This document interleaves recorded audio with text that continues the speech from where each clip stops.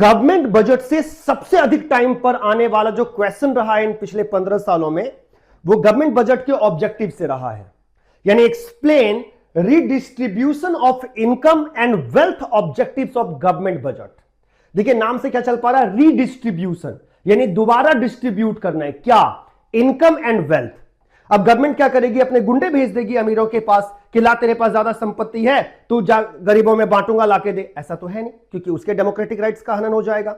You can not impose any of the rich people कि आप illegally सारा पैसा दीजिए और मैं जो है गरीब लोगों को बांटूंगा, ऐसा पॉसिबल ही नहीं है। ना ही उनका आप इनकम छीन सकते हैं, ना ही उनका वेल्थ छीन सकते हैं।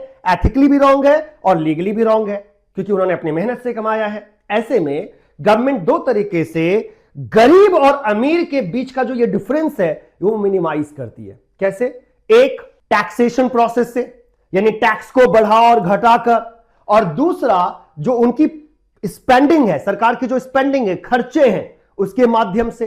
कैसे? आइए समझते हैं। जो भी इंसान अमीर है, और अमीर इंसान जितनी भी चीजें खरीदता है अपने से जुड़ी हुई, अब अमीर इंसान जाके 1 लाख रुपए का बाइक तो नहीं खरीदेगा, या 5 लाख रुपए की तो कार खरीदेगा नहीं, तो या कोई सामान्य इंफीरियर गुड तो परचेस करेगा नहीं जो बहुत ही सस्ती मिलती है।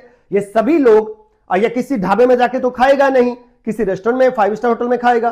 तो अमीर लोगों से जुड़ी हुई जितनी भी कमोडिटीज एंड सर्विसेज होती हैं, इन सभी चीजों पर प्रोग्रेसिव टैक्स लगा दिया जाता है। प्रोग्रेसिव टैक्स मतलब हायर टैक्स। इंफैक्ट उसके इनकम पर भी सबसे ज्यादा ग्रेटर टैक्स होगा, ताकि उसके रियल इनकम को मिनिमाइज किया जा सके। तो उनसे जुड़ी हुई जितनी भी कमोडिटीज होंगी या जो भी वो सर्विसेज कंज्यूम करते हैं, उन सभी चीजों पर प्रोग्रेसिव टैक्स यानी ज्यादा टैक्स लगाया जाता है, और उनके इनकम पर भी प्रोग्रेसिव टैक्स यानी ज्यादा टैक्स लगाया जाता है। तो जितना ज्यादा कमाएगा उतना टैक्स पे करेगा। जो चीजें वो कंज्यूम करेगा वो सारी लग्जरी कमोडिटी या सर्विसेज के दायरे में आएंगी और उस पर ज्यादा टैक्स लगाया जाएगा। इससे क्या होगा कि उसकी रियल इनकम को कम किया जाएगा, और जो पुअर इंसान होगा उनको ज्यादा से ज्यादा टैक्स फ्री कमोडिटी की तरफ भेजा जाएगा, टैक्स फ्री सर्विसेज की तरफ भेजा जाएगा, जिसमें नो टैक्स लगे, और ज्यादा से ज्यादा गवर्नमेंट उनको सब्सिडीज देने की कोशिश करेगी ताकि उसका रियल इनकम बढ़े। तो अमीर लोगों से जुड़ी हुई हर कमोडिटी सर्विसेज पे, इनकम पे ज्यादा टैक्स लगाना ताकि उसका इनकम कम हो सके, और गरीब लोगों को ज्यादा से ज्यादा सब्सिडी देना, वेलफेयर देना, और नो टैक्स लगाना, टैक्स नहीं लगाना, तो उसका रियल इनकम बढ़ सके। ऐसे गवर्नमेंट ट्राई करती है कि दोनों के बीच के इनकम को और वेल्थ को रीडिस्ट्रीब्यूट किया जा सके। इसके अलावा गवर्नमेंट बहुत सारे स्कीम्स चलाती है, वेलफेयर स्कीम्स, जैसे फ्री एजुकेशन हो गया गरीबों के लिए, फ्री हेल्थ केयर सर्विसेज हो गया गरीबों के लिए, बूढ़े लोगों के लिए पेंशन हो गया, बच्चों के लिए पढ़ाई के मामलों में स्कॉलरशिप हो गया।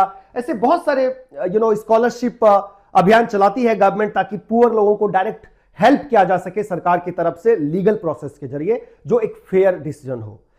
इस प्रक्रिया से देश के अंदर सोशल इक्विटी एंड जस्टिस भी स्टैब्लिश होती है। जो अनप्रिविलेज्ड लोग हैं, जो अनरीच्ड लोग हैं, उनको government redistribution of income and wealth के प्रोसेस के माध्यम से मेन स्ट्रीम में लेके आती है, ताकि रिच और पुअर के बीच का इकोनॉमिकल डिफरेंस और सोशल डिफरेंस को कम किया जा सके। That's a strong objective of government budget.